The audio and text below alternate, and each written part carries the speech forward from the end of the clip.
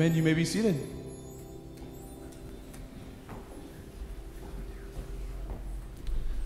Good morning, everyone. Welcome to Calvary. It's good to have you here today. We just sang a song that was written by a gentleman who had 4 daughters, and he lost all 4 of them. And he said, "It is well with my soul." How does that happen? How can you do that? But he was sure, and he was set in knowing that our God reigns. Don't understand it? In light of what we heard about was what happened in Aurora, Colorado. How do you explain that? We don't understand it. But the man who lost his 4 daughters was still able to say, "It is well with my soul." I would hope and pray, I have 4 daughters, that I could say the same thing. And God is always faithful to give the grace that you need in the time when your soul is just rocked to its core. He's faithful to do that. So I want to encourage you with that today. It sounds like a downer, but when you hear somebody write a song like that, that's real. When he can say, "It's well with my soul," that's real. May that be able to be said of each and every one of us. Visitors, it's good to have you, and if you're visiting with us, in the back of the pew in front of you, there's a visitor's card. I want to encourage you to fill it out, and then after the service, take it out to the visitor center, where you'll have the opportunity to meet Pastor and his wife, and we also have a free gift for you. And the free gift is a CD that is a number of our worship songs that we sing here in the auditorium. I want to encourage you to pick up one of those. If you're a member and you haven't got one, you'd like one, you can pick that up for a minor fee in the back, but we want to encourage you to do that. A few announcements. Ministry More food drive. The shelves are bare. And in talking with Al McLaughlin a couple of weeks ago, or a little over a week ago, he was telling me that this time of year it's really low. And I mentioned something last week. I said, go ahead and put your stuff in front of Amy's door. And sure enough, at the end of the service, there was stuff at the front of Amy's door. So this week, we want you to pack it so high that Amy can't get into her office. But I want to encourage you to do that throughout the week. It's a small way we are able to help out a ministry in this area that reaches out to people where Al said it's not just people that are down and out. It's people that are just struggling, people who have jobs and are struggling and are having difficulty getting groceries. So let's do what we can to help out in that area there. Also, moms, we want to remind you that the Moms program is coming up. If you are interested in working, it meets on Tuesday and Thursday mornings. We need some helpers with that. It is a paid position. I want to encourage you to contact Monica Haley or the church office for the Moms program this year. So take a look at that. Next Sunday night is our quarterly business meeting. I want to encourage you to come out for that. However, today it's over here by the church office. There is a quarterly financial that's available for you to look at in preparation for next week's meeting. I want to encourage you, if you're interested in that, to pick that up, and you can review those and plan on coming to the meeting next Sunday night. One other need that we have that we want to make you aware of, I've mentioned last week our special needs class, and we have a number of people that are already taking advantage of that. Families that have young people or that have special needs or find it difficult to sit in the service, and the parents would like to be in the service but just can't. And we have a number of people that have offered to minister in that area, and the ministry is headed by Winnie Mole. And Winnie, we have a room set up down underneath Logan Chapel, all set up for those special young people. But we need more help, and if you can help us with that, I want to encourage you to really consider that. It's a way of just coming alongside of some people that struggle, that have challenges, and we try to infiltrate them into their regular Sunday school classes and their ABFs, and if need be, they have their own room to go to. But we want to encourage you to get involved with that. And we need help. We definitely need some more help with that. It's a ministry that is obviously growing, so we need help.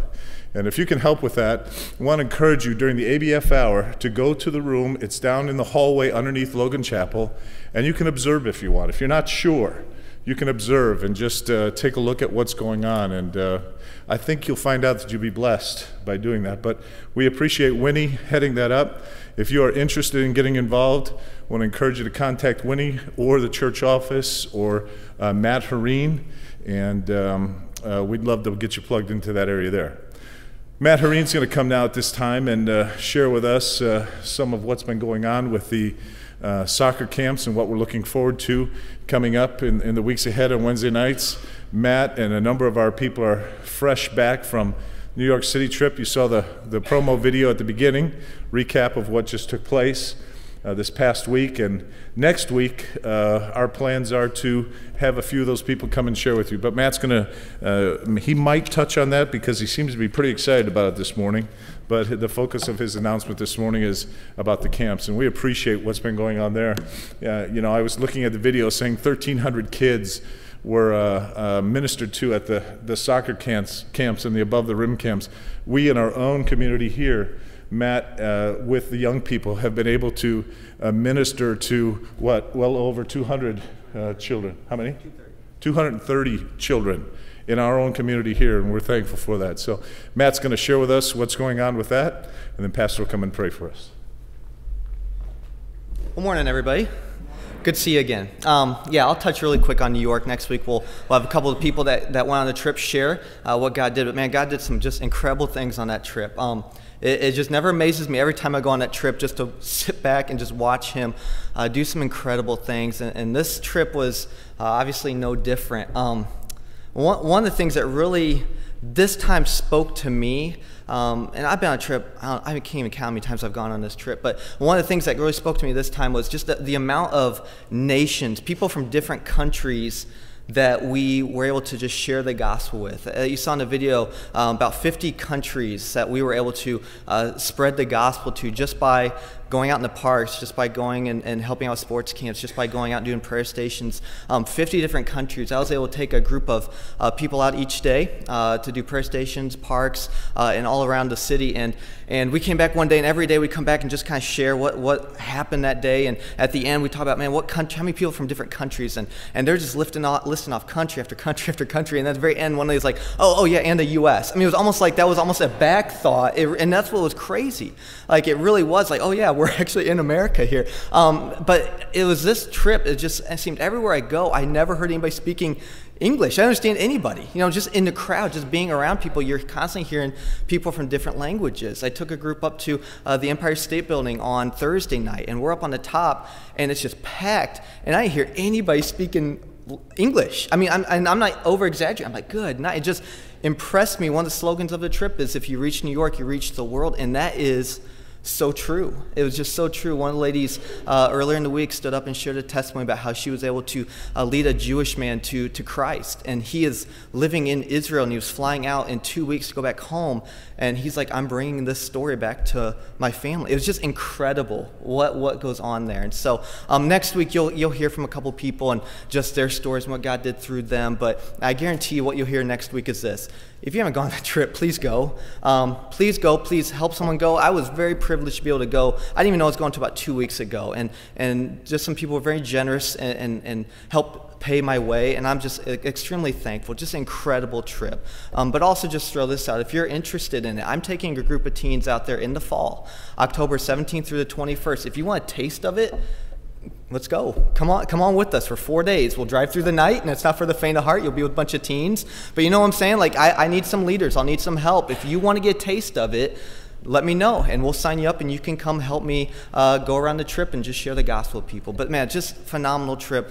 Continue to be in prayer for it and the people that we shared the gospel with. Two quick announcements regarding youth. This one's very quick. Junior high, I had a yak actually scheduled for you guys tonight. We're going to push that to next Sunday night. I've been gone all week. I'd like to spend tonight with my family, if that's okay. So we're gonna just push that off 1 week. And so junior high will go out for bowling and pizza next Sunday night. It costs us $10. And then lastly, like Jerry was talking about, the sports camps. God did some incredible things the last 5 weeks through our soccer camps. As he was saying, we had 230 kids go through those 5 weeks, and every one of them heard the gospel. All the families who came knew exactly what we were talking about, and we were exposing the community to Calvary Baptist Church, and more importantly, we were exposing our community to Jesus Christ, and that's what it was all about. And praise Christ, 6 kids prayed to receive Christ during those 5 weeks, and that's what it's all about. And so we're extremely thankful for what God has done and how he's moved. We're starting basketball camp this Wednesday, and we're doing 5 weeks straight. great. And so if you're wanting to volunteer, I know a lot of you help volunteer with soccer. I'm not assuming just because you had soccer you're going to help out with basketball, okay? So I'm just opening up for a fresh new batch of volunteers. We're going to meet this today during the ABF hour in the big gym just to do an informational meeting and then just to pray. And that starts this Wednesday. If you can't help but you'd like to give, again, we're constantly having to buy supplies and office type stuff just for materials and things like that. If you'd like to give financially, we'll take that. We still need some basketballs, like youth-size basketballs. That's a big need still. But other than that, we've got the rims taken care of, and everything else is just about ready to go. But if you'd like to help out with us today and just volunteer for the next 5 weeks or a few weeks, however many you can, in the big gym during the ABF hour today, that would be greatly appreciated. Okay, thanks.